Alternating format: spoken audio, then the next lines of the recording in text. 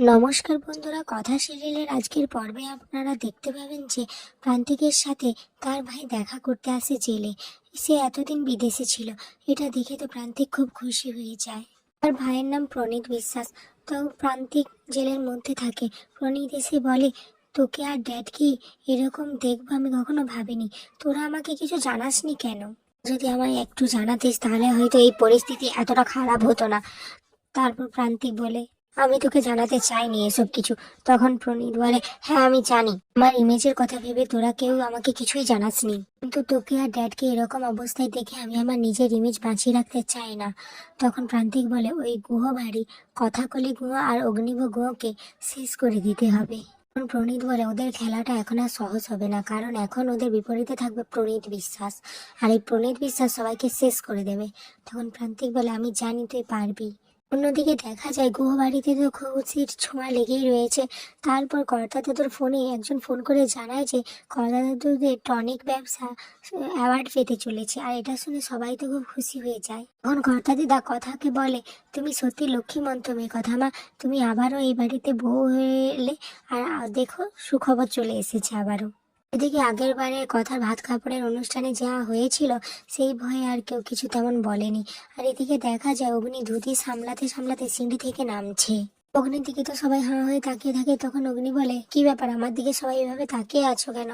তো এরপর ছোটকা অগ্নিকে বলে, তুই বাবাকে কংগ্রাচুলেট কর, বাবা টনিক ব্যবসা অ্যাওয়ার্ড পেতে চলেছে। তখন অগ্নি বলে, এইসব টনিক ফনিক কে খায়?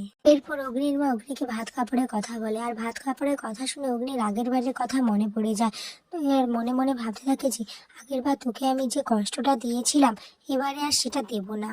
এরপর অগ্নি সবাইকে বলে, আচ্ছা ঠাম, আমি তো ভাত কাপড়টা দেবো কথাকে, কিন্তু তোমরা কেউ কথাকে কিছু বলবে না, আমি আমার মতো করে ওকে ভাত কাপড় দেবো। এদিকে অগ্নি কথার মা আর মামার জন্য মালা নিয়ে আসে। এসব দেখে কথা তো অবাক হয়ে যায় আর বলে, আপনার আমার প্রতি এত ভালোবাসা তো কখনো দেখিনি, আর আমার প্রিয়জনদের প্রতিও এত ভালোবাসা কখনো দেখিনি, তাই একটু অবাক হয়ে যাচ্ছি। তা তো আবার লস্ট হয়ে তাকিয়ে থাকে এভির দিকে। এভি সেটা দেখে বলে, কি ব্যাপার, আবার লস্ট হয়ে তাকিয়ে আছিস? এরপর কথা তো কিছুটা লজ্জা পেয়ে যায়। তারপর বলে, আচ্ছা আপনি এখন সবটা তো মেনে নিয়েছেন, তাহলে আমাকে গোবর দেবী বলে ডাকবে না? আমার তো একটা ভালো নাম আছে, তাই না? তখন অগ্নি বলে যে, হ্যাঁ ঠিক আছে, যদি ফর্মাল ভাবে সবার সামনে ডাকি তাহলে কথাকলি গুহ বলে ডাকবো, আর নিজের একান্তই ডাকলে তখন গোবর দেবী বলেই ডাকবো। কথা তখন বলে, নিজের বলতে? তখন অগ্নি বলে, আজকে রাতটা যাক, তুই সব জানতে পেরে যাবি, বুঝতে পেরে যাবি, আর তোকে একটা সারপ্রাইজ দেবো।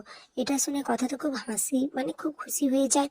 আর কথার হাসি দেখে অগ্নি মনে মনে বলতে থাকে, আমি এটাই তোর মুখে দেখতে চাই সব সময় কথা। আগামী পর্বে দেখা যায় যে অগ্নি ভাত কাপড়ের অনুষ্ঠানে যা সমস্ত রান্না সব নিজে হাতে করে, আর কথাকে ভাত কাপড় দেয়। এদিকে প্রণীত বান্ধবীর সাথে হাত মিলিয়েছে কিভাবে গুহবাড়িতে ঢুকবে, আর অ্যানিকে ফাঁসিয়ে ওই গুহবাড়িতে ঢুকবে। ওকে ভালোবাসা জালে ফাঁসিয়ে ওই বাড়িতে জামাই হয়ে ঢুকে ওই গুহবাড়িকে পুরো ধ্বংস করে দেবে। এখানেই আজকের পর্বটি শেষ হয়ে যায়।